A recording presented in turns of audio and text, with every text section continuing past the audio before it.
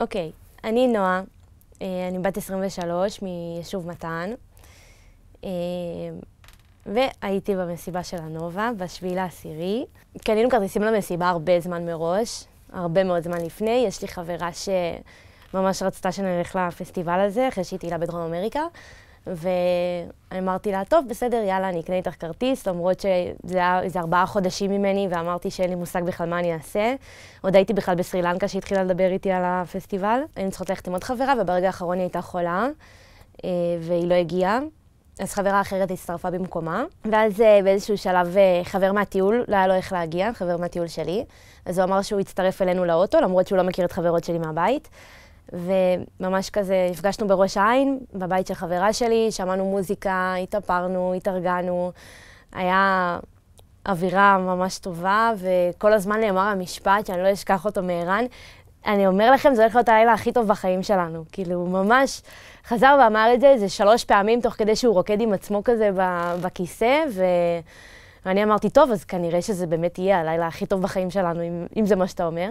אני ממש זוכרת שהגענו כבר לאזור של העוטף, והסתכלנו על בארי, ואז דיברנו על זה שמתי שאתה רוצה להוציא רישיון כמה שיותר מהר, אז אתה צריך לנסוע לבארי לבית דפוס שם בשביל להוציא את הרישיון לפני הטיול. בכללי אני לא יוצא לי להיות באזור הזה בכלל. ורון חברה שלי, שהיא גם זאתי שנהגה, זרקה כזה באוטו, וואי, תארו לעצמכם עכשיו יהיה טילים. כאילו, מי ידע בכלל שהמסיבה בעוטף? אמרתי לה, מה טילים? מה הקשר? כאילו, אם הסכימו לעשות פה מסיבה של כל כך הרבה אנשים, כנראה שיש סיבה. כאילו, ממש, ככה סגרנו את הסיפור, והגענו לשם, ושוב, באמת ההתרגשות הייתה ממש ממש גדולה. היינו כל החברים. באיזשהו שלב החברה הנוספת מהבית שהצטרפה אלינו, אז היא התקשרה לשני חברים הכי טובים שלה מהטיול, והיא אמרה להם, תקשיבו, המסיבה הזאת מטורפת, זה היה 2 בלילה, אתם חייבים לבוא. הם באמת הצטרפו אלינו, קוראים להם רוני וסגיב, והם החברים הכי טובים של ניצן, חברה שלי שהייתה איתי שם. ומהרגע שהם הגיעו, הם היו רק איתנו, והיינו 3 הבנות עם שניהם.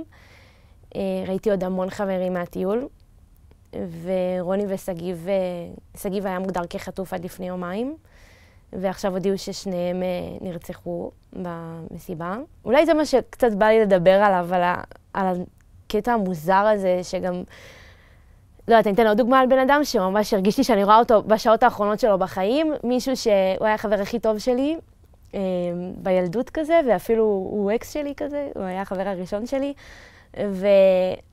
וראיתי אותו ממש בזריחה עצמה, עוד לפני שבכלל התחיל כל הבלגן, ראיתי אותו ונתתי לו חיבוק ענקי, ואמרתי לו, וואו, כמה שנים לא ראיתי אותך, איזה כיף לראות אותך פה. התחילו להתחבק, וטוב שהוא לא הרים אותי שם, ועושה לי איזה כיף, ניפגש ברחבה, סבבה, ניפגש ברחבה, זה גם המשפט האחרון, כאילו שבעצם שמעתי ממנו. בכללי, אתה רואה המון פרצופים, הרבה מאוד אנשים, ואני לא קולטת עדיין שזה השעות האחרונות של החיים שלהם. כאילו, זה נשמע כל כך דרמטי שאומרים את זה בצורה הזאת, אבל זה באמת הפעם האחרונה שאני אראה את הפרצוף שלו ושלהם, ועוד באיזה אירוע, כאילו, במסיבת טרנס, בזריחה, הרגע הכי פסטורלי שיכול להיות אולי לכל האירוע הזה. וזה מה שככה יותר נחקק אצלי, העובדה הזאת שהייתי חלק משעות אחרונות של חיים של אנשים, מה זה אומר בכלל? כאילו, מה עכשיו צריך לעשות? קשה לחזור אחורה לרגשות של לפני כל מה שהיה, אבל היה באמת הלילה הכי טוב בחיים שלנו. ממש כמו שערן אמר, זה כאילו, בדיוק זה היה שמח ברמות, וגם צריך לתת באמת דגש על המסיבה עצמה, שכאילו, כולם היו כל כך שמחים, באמת בטוב מאוד. כאילו, זה לא היה משהו מגעיל כזה, או לא יודעת, איזו מסיבה אפלה כזאת, באמת רק אור ואהבה וחיוכים וחיבוקים, והדיסוננס הזה הוא פשוט, הוא לא נתפס, הוא לא שוקע בכלל. ב6:30 בערך באמת התחילו הטילים. אנחנו בדיוק היינו באמצע משפט, באמצע להתחבק, לא יודעת, היינו שם הרבה מאוד אנשים, הרבה מאוד חברים, והמוזיקה נעצרה, וזה הדבר היחידי שגרמנו להסתכל רגע ולראות, אוקיי, נגמר פה האירוע, עצרו את המוזיקה, והתחילו להגיד כל מיני דברים בקריזה, שבכלל לא שמענו מה הם אומרים, כי היינו מאוד רחוקים מהרחבה. ואז הסתכלתי על השמיים, ואני רואה מלא שובלים אפורים כאלה, ושומעים בומים ונחיתות. ואז פתאום חשבתי לעצמי, המחשבה הראשונה שעלתה לי בראש, זה היה, אוקיי, אני נמצאת כרגע בעוטף, ואני נמצאת בשטח פתוח. זה המקום האחרון שיחשבו ליירט עליו טילים. ואנחנו נמצאים פה כל כך הרבה אנשים, מה עושים? וזה מה שעבר לי בראש. ומה שקרה פיזית מול העיניים שלי, זה מלא אנשים בערימות ילדים אחד על השני, מתפוצצים מצחוק שיש טילים, ובוא נשים ידיים אחד על השני על הראש ונשכב, וגם מהצד השני גם אנשים שאולי קצת כזה מתחילים לרעוד, או לא כל כך מצליחים להבין מה קורה. כולם מתחילים לשיר עם ישראל חי, ואני מסתכלת על זה ואני אומרת כאילו, טוב, או שאני מתמסרת עכשיו לצחוקים, ואני עושה מה שכולם עושים, כי הכל יהיה בסדר, אנחנו פה 3,000 אנשים, וזה טילים, והכל טוב. או שאני הופכת להיות הבן אדם האקטיבי בסיטואציה, ואומרת לכולם שאנחנו מקפלים את הדברים שלנו ועפים מפה.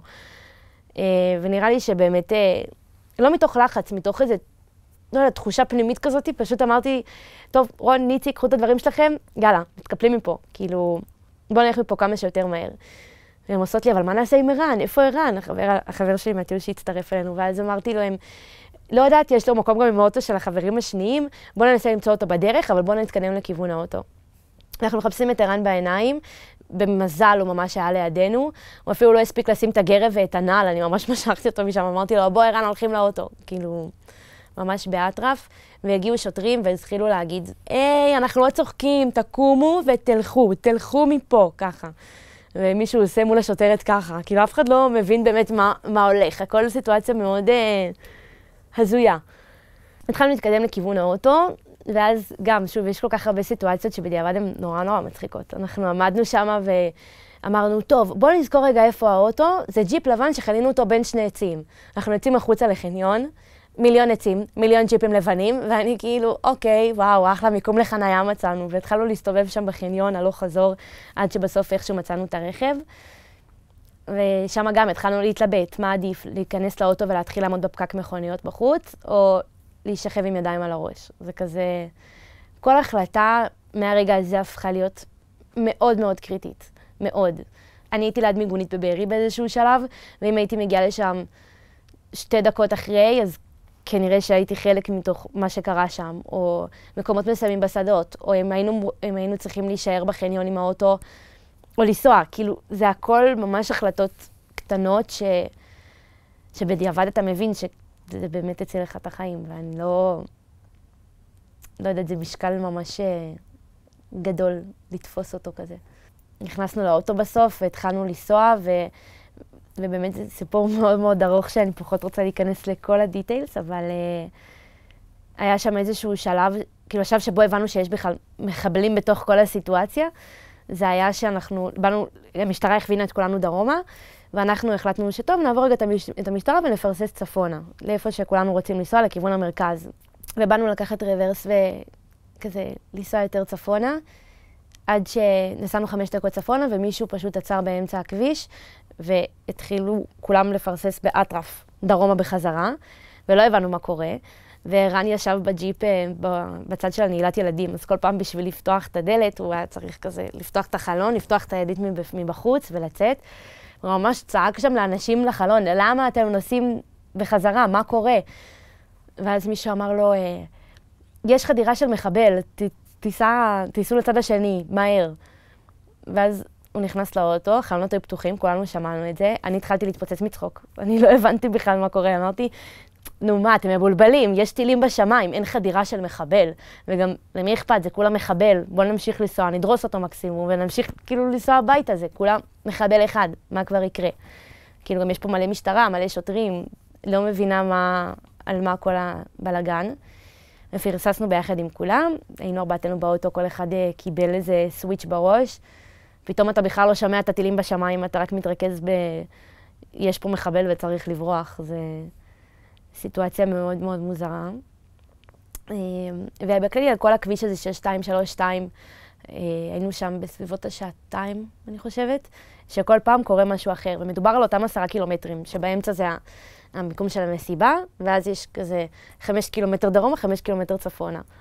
על אותו מקטע, במשך 2 שעתיים, כל פעם נוסעים הלוך, חזור, מנסים למצוא פתרון, עומדים בכניסה לבארי, ליד המיגונית, ואני באותו רגע כזה חשבתי, טוב, מי הכי טוב ידע לטפל את הסיטואציה עם טילים, ועם אולי מחבל, האנשים שגרים בעוטף, הכי טוב להיכנס עכשיו לקיבוץ, וכאילו, למי יש חברים בעוטף? בואו נחשוב על זה רגע. ואז נזכרתי בחברה שלי מהטירונות, שקוראים לה אלה, אז באתי להתקשר אליה ולא היה לי קליטה, אז זה צינתק לי את הטלפון. ואמרתי להם, תקשיבו, יש לי חברה, בואו ניכנס אליה לקיבוץ, ונשב איתה ביחד בממ"ד. ואז גם על זה אני כאילו, כל פעם שאני משחזרת את זה בראש, אני אומרת, אם באמת הייתי מתקשרת והיא הייתה עונה, ונניח שעוד לא היו מחבלים בתוך הקיבוץ. אז הייתה פותחת לי את השער הצהוב, והיינו נכנסים, ומה היינו חווים. ומהצד השני, אם כבר כן היו מחבלים, והיא הייתה עונה לי, ואומרת לי בטלפון, נועה, יש פה מלא מחבלים ושורפים לנו את הבתים, אני לא יודעת איך אני הייתי מתפקדת מאותה סיטואציה. הלאה, להמשך, ואיך בכלל אנחנו היינו יוצאים מתוך כל הדבר הזה.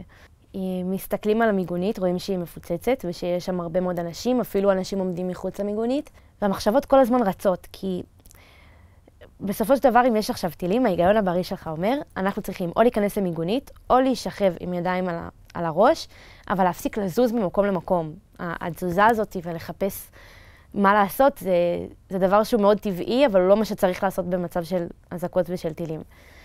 ומשהו בנו פשוט היה באמת לא שקט, ולא היה מקום במיגונית בשביל שניכנס, והחלטנו שאנחנו נוסעים משם, עד שהיה שוטר אחד שממש מול הכניסה של המסיבה הכווין אותנו לשטח אחר מהצד השני של הכביש, והגענו לאיזושהי נקודה, הכננו שם את הרכב, ויצאנו ממנו, ואמרנו, טוב, בוא נעשה מה שהמשטרה אמרה, זה הדבר הכי חכם כרגע. הם לא יגנו עליי מטילים, אבל הם יגנו עליי ממחבל שמסתובב פה. שוב פעם, רק מחבל אחד, זה מה שחשבנו שקורה. ובאנו ללכת לכיוון השדות ביחד עם כולם, ואז פשוט כזה מלא אנשים התחילו לרוץ, והתחלנו לשמוע יריות מתוך המטעים, וגם מהצד השני. זה ממש אמרו שזה אוטומט, וכאילו, שבאו לרסס פה, ושם נראה לי, מכל עמוד התפעולי שלי, זה היה הרגע שבו כבר אמרתי, טוב, אין לי מושג מה הולך פה. אני ממש לא קרובה ללהבין מה קורה כאן, ויורים פה בנשק, ואין לי מושג מה אני עושה עם עצמי. ושם ערן באמת שוב פעם תפס פיקוד, הוא בכלל, כאילו אין לי איך לתאר את מה שהוא עשה שם. תפס פיקוד על הסיטואציה ואמר לנו, כנסו לרכב, ואנחנו נסענו שם בשדות, ויש מלא אבק גם במקדימה וגם במאחורה, אז לא רואים בכלל לאן נוסעים. ולאט לאט גם כבר הרגשתי שאני פשוט מתנתקת מהסיטואציה לגמרי, שאין לי מושג מה קורה פה. אני בתסכול אינסופי של כל כך הרבה פעמים ניסינו למצוא פתרון לאן ללכת מכאן, ופשוט לא הצלחנו.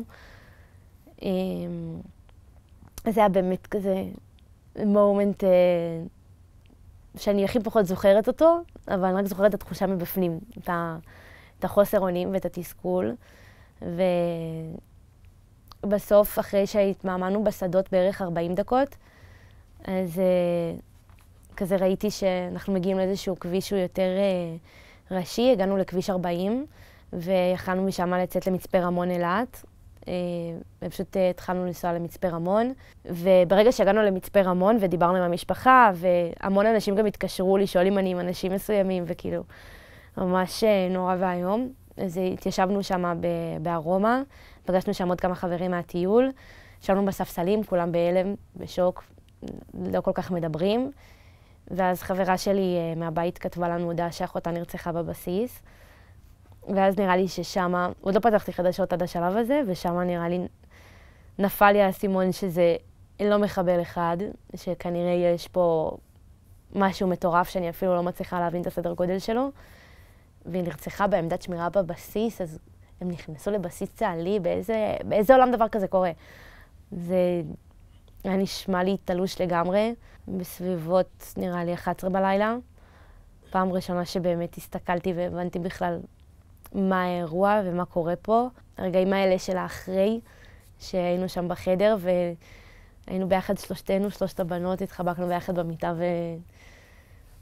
והיינו ביחד, וערן כבר הקפיצו אותו ישר למילואים, תוך שעתיים הוא היה צריך לנסוע לשרגא, וזה הרגיש פתאום כאילו אנחנו בעולם אחר. אני מפחדת מזה שחברה שלי זזה לידי ואני שומעת את הצליל הכי קטן. לא כל כך נרדמנו.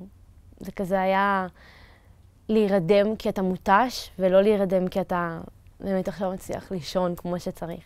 הסיטואציה של שוב פעם להיכנס לג'יפ מבחינתי לפחות, זה רעדו לי הברכיים. הרגשתי שאני לא מסוגלת להיכנס לשם שוב פעם.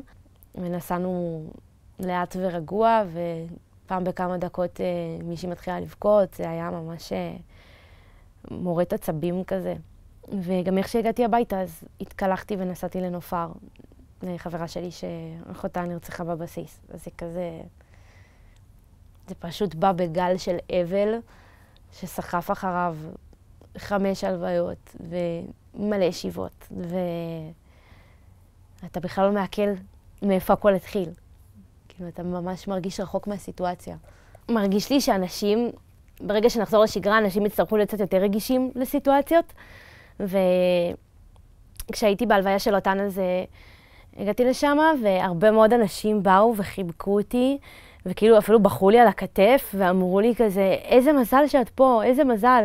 ואני מסתכלת שמאלה, ואני רואה את הקבר של אותן, ואני אומרת, לא היה מזל, ולי היה מזל, זה נכון, אבל זה לא המקום להגיד איזה מזל.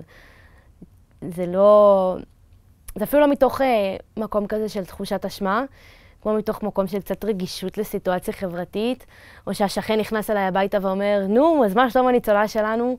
זה לא מגניב, וזה לא מצחיק, ואולי אנשים מובכים ולא יודעים איך להתנהג, ואז אני צריכה להיות הראש הגדול שחושב על זה ואומר, טוב, בסדר, הם פשוט לא יודעים איך להתמודד, אז אני גם את החוסר התמודדות שלהם צריכה להכיל לתוך עצמי, וזה לא כיף. אז אולי כזה לחשוב פעמיים לפני שניגשים לנושא. זה כזה מסר חשוב לי להדגיש כזה לכולם, שלא להסתכל עכשיו על אנשים בפרצוף מרחם, אנחנו כולנו ביחד בתוך האבל הזה ובתוך המקום הזה, ואנשים גם מאבדים אנשים בצבא לצערי הרב, וכזה, לא יודעת, אני לא מרגישה שכל אחד עכשיו צריך להסתובב עם זכוכית מגדלת ולהגדיל את הטראומה שיש לכל אחד. הדבר הכי טוב עכשיו ללכת ולדבר עם גורם מקצוע, וגם אם אין לך מה לספר, אפילו רק תלך, תעשה את אבי הקטן הזה לעצמך, שאתה לא מחורפן על כל הראש. כאילו, זה שיח שהוא צריך להיות יותר פתוח ויותר מכיל ויותר מקבל. זהו, נראה לי שפשוט אני מקווה שכולם באמת ייקחו את עצמם בידיים וידעו שאנחנו חזקים ואנחנו בריאים ואנחנו טובים לעצמנו, והדרך הכי טובה לעשות את זה בבייבי סטפס, ולהיעזר בתמיכה שיש מסביב.